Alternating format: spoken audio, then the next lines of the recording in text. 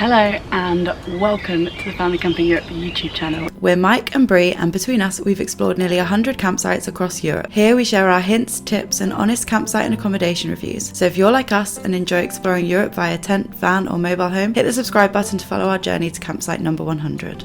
This weekend we are staying at Tohapi, Les Îles campsite, which is in Passy, which is in the stunning Alps. I don't know if you can see behind me, but there is a stunning mountain just right behind me on our decking. Let me show you around the campsite. If you're looking for a peaceful lakeside escape in the French Alps with epic mountain views and all the nature you can handle, camping Les Îles in Passy might just be what you're after.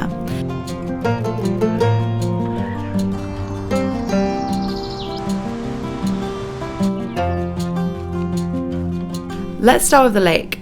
Les Îles doesn't have a swimming pool, but it is just footsteps away from the gorgeous Lake Passy.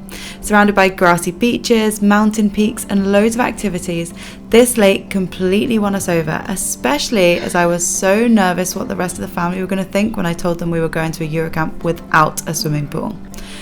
There's everything you could want right around the edge of the lake. There's sandy swimming areas, paths for running and walking, parks, sport areas, water inflatables, pedalos, treetop climbing, fishing and mini golf. It kind of makes sense why the campsite is so simplistic, as it's got this giant playground on its doorstep.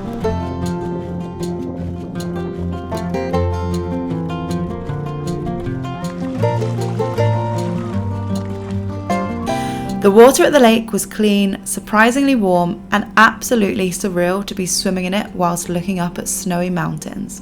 There are plenty of toilets scattered around, and there are 2 snack bars for refreshments and plenty of picnic benches. If you're planning to go in, the water is really shallow in the swimming area for quite some time, but the floor is a bit pebbly, so I do like to wear my lake shoes. Now, back to the campsite. We arrived on a Monday afternoon and checked in at the main reception. Les Îles is a Tohapi campsite. They are now a sister company to Eurocamp, and it meant the staff on site were all Tohapi staff. On arrival, we had to pay our tourist and eco taxes, which equaled about €6, and then we were sent to our accommodation. Our holiday home looked a little different than we expected. We had originally booked a 2-bedroom Comfort XL, but on arrival, we had 3 bedrooms. I can't complain. The layout was good, there was tons of space and storage areas, we had air conditioning and a shady decking, although it wasn't the cleanest holiday home we've stayed in. I did mention this on checkout, so hopefully they took it all on board.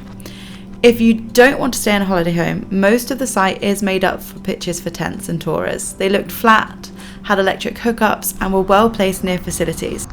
Whilst the site doesn't have a load of its own facilities, it did have a small playground. It was a bit like an obstacle course with some balance beams and climbing bits, which the children enjoyed, and there were plenty of benches for parents to sit and watch. In this area, there were also ping pong tables, a volleyball court, and lots of pétanque. However, over the road at the lake, there was a much bigger and much better play park with slides, swings, climbing frames, and a sandy floor. Mike managed to injure his foot whilst playing on children's equipment, so it was clearly a bit too small for him. There are also more volleyball and table tennis tables around the lake beach if the ones on site aren't good enough for you. Back at the campsite, if the outdoors is too much for you, there's also a games room with table football, air hockey, pool tables, and even a TV with a sofa area. If you're visiting in July and August, your children will also have the opportunity to use the campsite's kids club, which runs 5 mornings a week. Unfortunately, we visited in late June, so this still hadn't started yet, and the campsite in general was very quiet without any entertainment staff. We did, however, enjoy the atmosphere at the bar. The bar restaurant, Au Pied du Lac, was open to the public. It served breakfast, lunch and dinner and had a really good atmosphere. The food was home cooked, and the breakfast pancakes our girls had were delicious. We had burger in the restaurant on our first night, and we loved it so much we actually got it again on our second night for a takeaway. The prices are steep, but the quality was spot on. The whole area here is stunning. Other than the potholes on the campsite roads, the roads around Passy and further afield were smooth, clean, tidy. The whole area looked straight out of a fairy tale.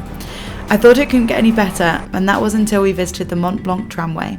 Now, it's not cheap. It's probably the most we have ever spent on a day out, but my goodness, it was absolutely worth it. The views, the nature, the fresh air, the surrealism, all of it 100% recommend, and I will be doing a separate video about it at a later date. The location here really sells Les Îles.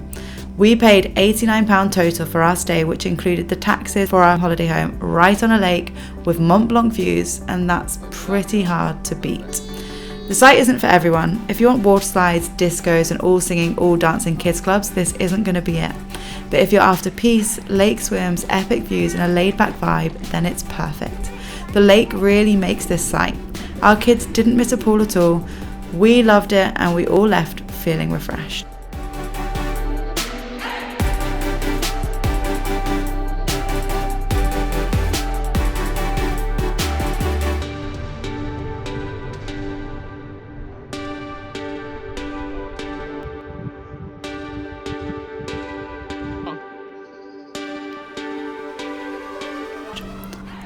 Would we go back?